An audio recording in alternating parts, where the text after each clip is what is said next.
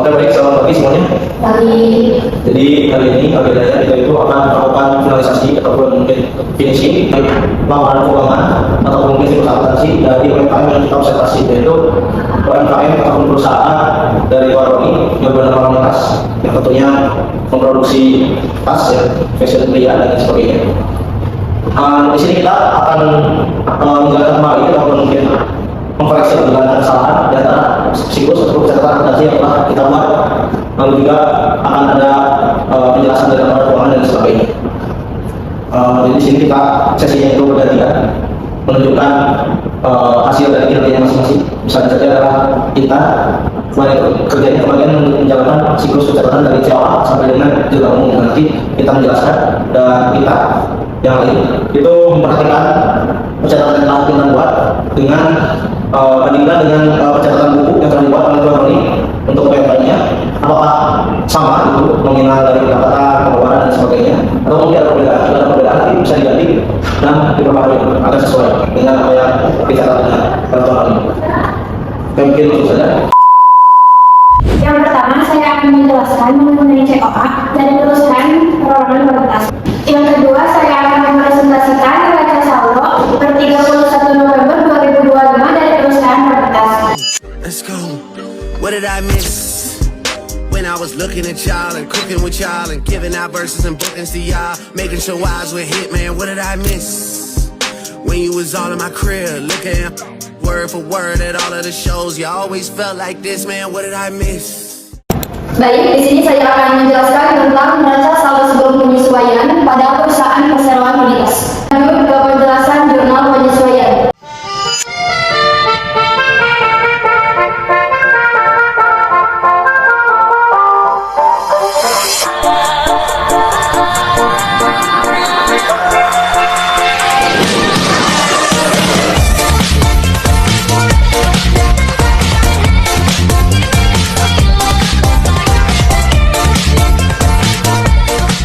Selanjutnya kita akan mengecek neraca lanjut atau kertas kerja ya teman-teman.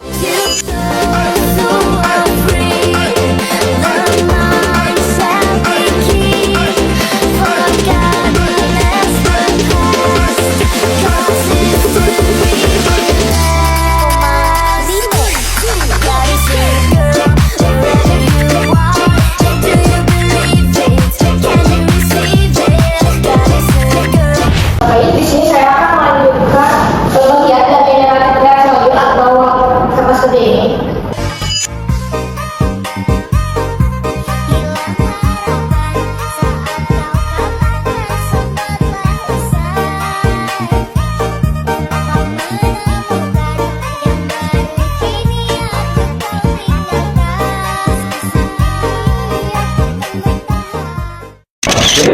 Jadi untuk saat ini kita sudah sampai setelah menjelaskan tadi dari COA sampai dengan atas meja, kita langsung ke outputnya dari siklus akuntansi tersebut. Sini ada laporan keuangan yang akan kita buat.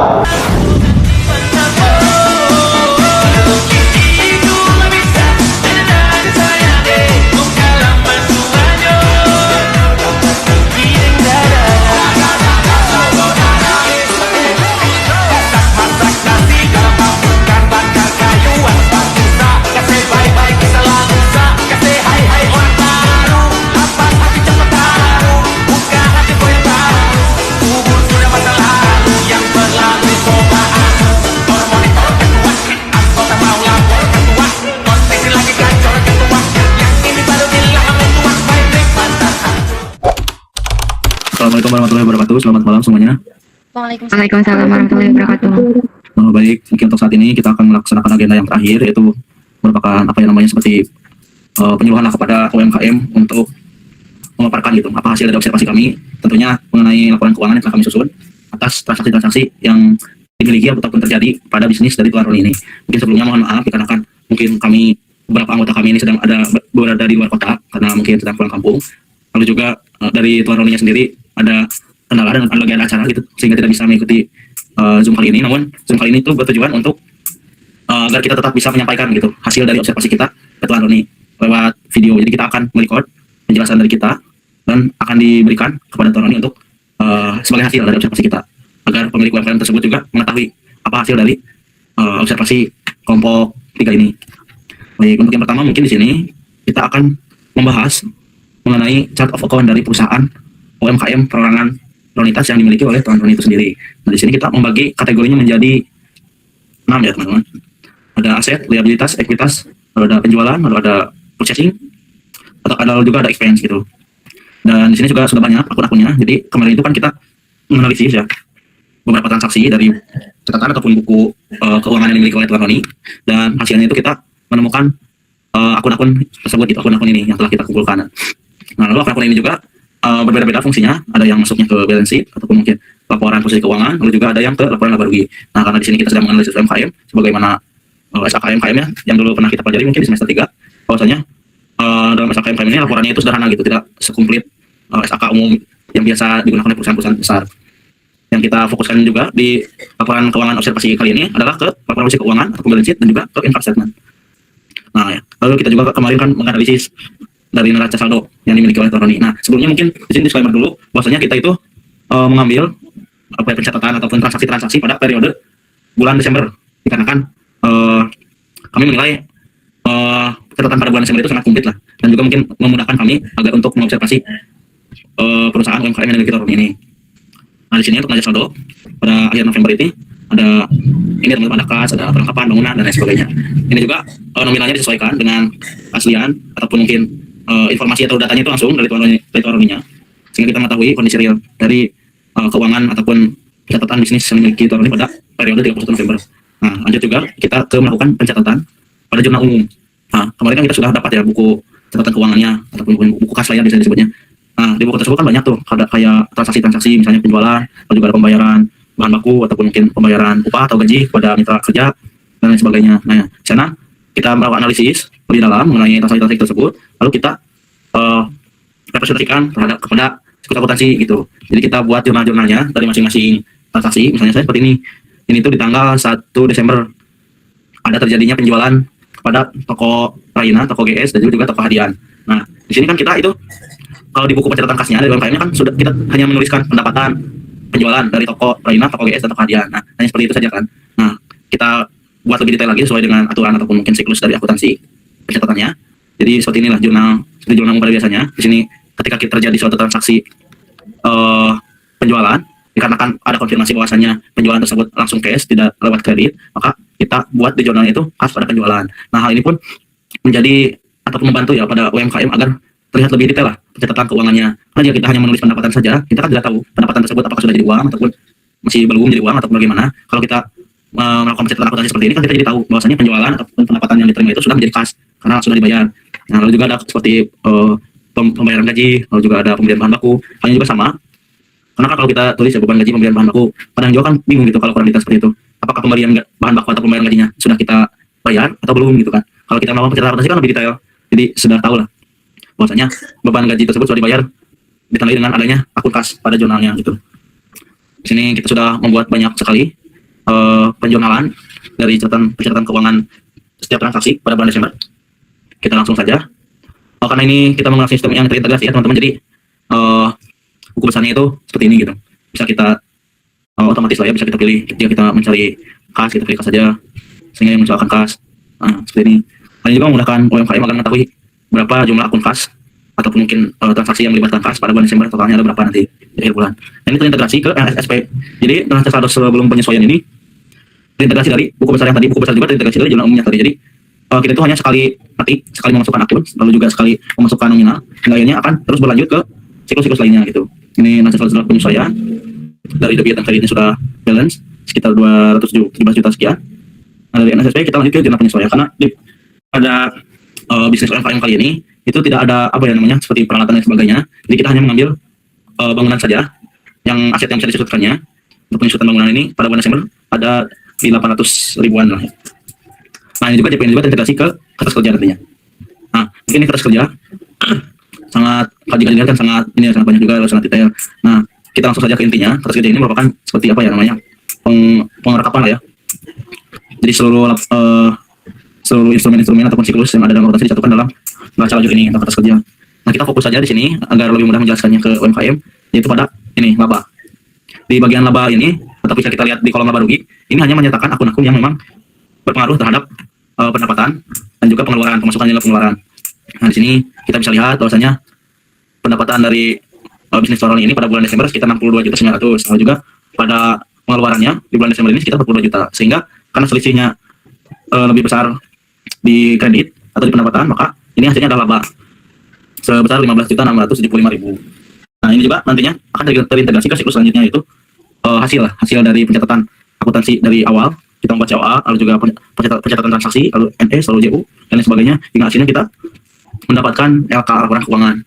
Nah, pada laporan keuangan ini merupakan sebuah output yang dinilai sangat penting untuk UMKM agar tahu nih bagaimana kondisi dari perusahaannya jika dilihat dari siklus keuangan ataupun siklus akuntansinya. Nah, ini juga merepresentasikan kondisi real dari perusahaan gitu. Apakah mungkin perusahaan untung atau mungkin rugi atau mungkin keuntungannya berkurang dari periode sebelumnya atau menambah. Jadi jika kita tahu atau melihat dari laporan-laporan ini, kita bisa jadi perbandingan di dalam 1 tahun yang memiliki pendapatan terbesar itu pada bulan apa gitu. Nah, ini juga mungkin bisa membantu bagi perusahaan ataupun UMKM untuk memberikan informasi dalam membuat keputusan. Nah, kita lihat dalam laporan laba rugi sama seperti tadi di worksheet ya teman-teman. Pendapatan ditotalkan dan dikurangi oleh bahan baku, pembelian bahan baku, dan dikurangi oleh beban-beban ataupun pengeluaran yang terjadi pada 1 bulan tersebut. Nah, hingga akhirnya laba bersih ini dari perusahaan ataupun bisnis Toroni ini sebanyak 15.675.000. Ini merupakan laba bersih yang Toroni dapatkan dari usaha ataupun bisnisnya. Baik, kita lanjut ke laporan selanjutnya, yaitu ke laporan perubahan modal. Nah, di sini ini juga merupakan sebuah laporan yang sangat penting ya teman-teman. Laporan keuangan yang sangat penting agar Toroni bisa melihat bagaimana perkembangan modal yang dimilikinya dari awal dia membuat bisnis sampai sekarang gitu. Nah, di sini kan laba bersih, tadi di laba rugi laba bersihnya itu 15.675.000. Nah, laba bersihnya ini diakumulasikan terhadap modal awal per 1 Desember yang Tuan Roni miliki. Hingga akhirnya pada 31 Desember 2025, modal Tuan Roni bertambah dari 77.500.000 menjadi 93.227.000. Nah, ini merupakan suatu hal yang positif, di mana modalnya terus bertambah dengan laba yang dinilai bertumbuh lah. Labanya tidak menurun, namun mungkin bisa jadi stagnan, konsisten, dan naik gitu. Nah, kita langsung saja ke laporan posisi keuangan. Di laporan posisi keuangan ini untuk kita melihat bagaimana aset, lalu juga kewajiban ataupun modal yang dimiliki Toroni. Kita juga bisa melihat bagaimana kondisi dari perusahaan ketika kita melihat laporan posisi keuangan ini. Seperti kas yang dimiliki Toroni per 31 Desember itu sekitar 54.157.000. Hal ini menambah yang awalnya itu kasnya 37 juta. Sekarang karena ada pendapatan dan sebagainya, juga ada pengeluaran yang ditotalkan kas di akhir Desember itu sekitar 54 juta. Jadi bisa terlihat ya teman-teman, jika kita menggunakan pencatatan akuntansi itu sangat detail. Jadi kita bisa melihat kasnya jadi berapa, apakah menambah atau menurun. Dan juga kita bisa melihat total perlengkapan yang tersedia. Lalu juga kita bisa melihat total bangunan yang menyusut. Lalu juga kita bisa melihat hutang ya, sisanya berapa gitu pada awal periode hingga akhir periode. Dan juga modal, kan tadi ada perubahan modal juga yang awalnya 77 juta menjadi 93.227.000. Jadi laporan keuangan ini sangat penting diketahui ataupun dibuat oleh UMKM atau bisnis lainnya agar entitas tersebut bisa melihat kondisi perusahaannya gitu, apakah sehat ataupun mungkin masih bisa bertumbuh, atau si perusahaan ini seperti mati ataupun mungkin rugi gitu terus menurun. Itu hal yang tidak baik. Jadi agar bisa melihat kondisi real perusahaan, alangkah baiknya UMKM tersebut bisa membuat laporan keuangan dari mulai laba rugi, laporan perubahan kita sampai laporan posisi keuangan. Mungkin sekian saja yang bisa saya sampaikan. Mohon maaf bila kesalahan. Selamat malam semuanya. Assalamualaikum warahmatullahi wabarakatuh. Untuk video yang kemarin, alhamdulillah menjadi pelajaran buat saya. Dari manual ke digital merasa terbantu untuk data-data bisa tersimpan dengan rapih. Beda dengan manual. Kalau manual kan sistemnya pakai pulpen, sabuku. Kalau ini mantap pisan. Nah, begitu dari saya. Terima kasih banyak, the best atas bantuannya untuk kalian semua. Terima kasih. Baik, di sini kami akan menjelaskan tentang kesimpulan mengenai kegiatan observasi yang kami lakukan, dimulai dari wawancara awal, lalu dilanjutkan dengan penyuluhan dan pendampingan dalam penyusunan laporan keuangan. Dari proses tersebut, kami jadi bisa melihat secara langsung bagaimana kondisi sebenarnya praktik akuntansi UMKM yang kami teliti. Nah, berdasarkan hasil pengamatan, ada beberapa hal yang penting yang perlu diperbaiki, terutama dalam hal pencatatan dan penyusunan laporan keuangan. Nah, yang pertama, dari sisi pencatatan transaksi, UMKM ini belum memiliki sistem yang terstruktur.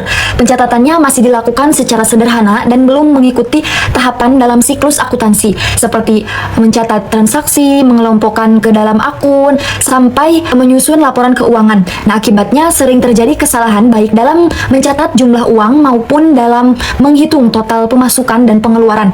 Nah, hal ini terlihat dari adanya perbedaan antara pendapatan yang awalnya diakui oleh pemilik usaha dengan pendapatan bersih setelah kami susun ulang laporan keuangan secara lebih sistematis. Kedua, UMKM ini belum menerapkan sistem pencatatan berbasis akuntansi secara menyeluruh.